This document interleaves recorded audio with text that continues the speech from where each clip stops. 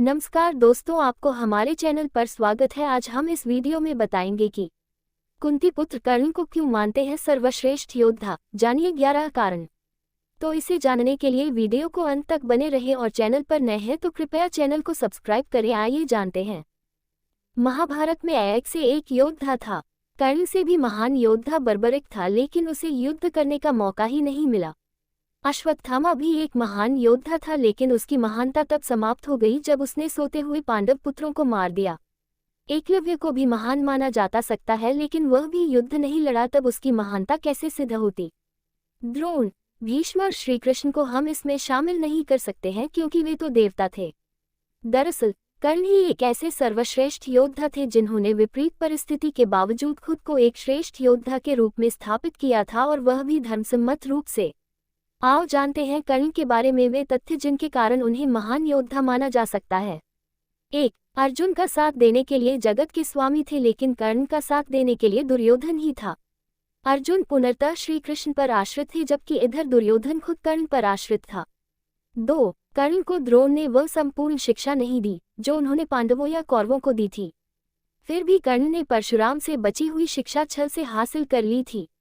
यदि कर्ण अर्जुन के बराबर योग्य नहीं होता तो भगवान परशुराम कर्ण को शिक्षा देने के लिए तैयार नहीं होते। 3. कर्ण एक सच्चा मित्र होने के साथ साथ ही दानवीर भी था। स्वयं भगवान श्री कृष्ण इस बात की पुष्टि करते हैं कि कर्ण से बड़ा दानी कोई नहीं। कर्ण जब ये जान गया कि मेरी माता कौन है और मेरे भाई कौन है, तब भी उसने मित्रता का धर्म निभाया। 4. श्री कृष्ण की योजना के तहत कर्ण के कवच और कुंडल को छलपूर्वक अर्जुन के पिता इंद्र द्वारा हथिया लेने के बावजूद कर्ण ने युद्ध को एक योद्धा की तरह लड़ा। 5. कर्ण ने जरासंध को अकेले हराया था, वहीं भीम ने श्री कृष्ण की मदद से जरासंध को छल के द्वारा मारा था। 6. कर्ण के पास भगवान परशुराम द्वारा दिया गया शिव का विजय धनुष था। ये धनुष जिस भी योद्धा के हाथ में होता था, उस योद्धा के चारों तरफ एक ऐसा अभेद्य घेरा बना देता था जिसे भगवान शिव का पाशुपतास्त्र भी भेद नहीं सकता था। कर्ण को महाभारत में तब तक नहीं मारा जा सकता था जब तक कि उसके हाथ में वह धनुष था। 7. कर्ण ने कुंती को वचन दिया था कि वो उनके 4 पुत्रों की जान नहीं लेगा, लेकिन वह सिर्फ अर्जुन से ही युद्ध करेगा। युद्ध के दौरान ऐसे कई मौके आए भी जब कर्ण का सामना भीम, युधिष्ठिर, नकुल और सहदेव के साथ हुआ।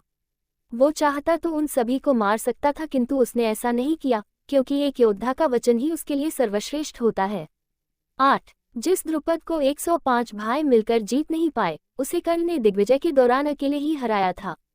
प्रागज्योतिष का राजा भगदत्त, जिसे राजसूय यज्ञ के दौरान अर्जुन नहीं हरा पाए थे, उसे भी कर्ण ने हराया था।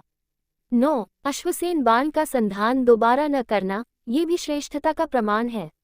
अश्वसेन एक नाग था जो कर्ण के धनुष पर चढ़ गया था और उसने कहा था कि तुम मेरा संधान करो तो मैं वहां पहुंचकर अर्जुन को दंसकर अपना बदला पूरा करूंगा, क्योंकि अर्जुन ने खांडव वन दाह के समय मेरी माता को मारा था।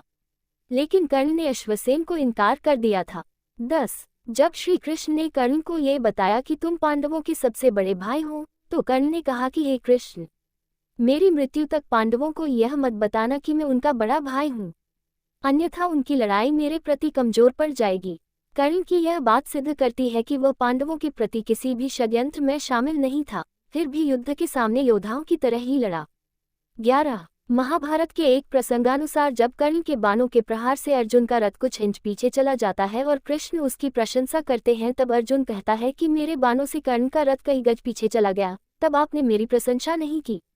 अर्जुन की इस बात पर भगवान श्री कृष्ण कहते हैं कि कर्ण के रथ पर कर्ण और महाराज शल्य बैठे हैं, परंतु तुम्हारे रथ पर मैं यानी भगवान नारायण और महावीर हनुमान बैठे हैं, तब भी कर्ण ने तुम्हारा रथ पीछे धकेल दिया। सोचो, यदि महावीर हनुमान नहीं होते तो क्या होता। वीडियो अच्छा लगा तो कृपया वीडियो को लाइक, शेयर और चैनल पर नए हैं तो कृपया चैनल को सब्सक्राइब करें। धन्यवाद।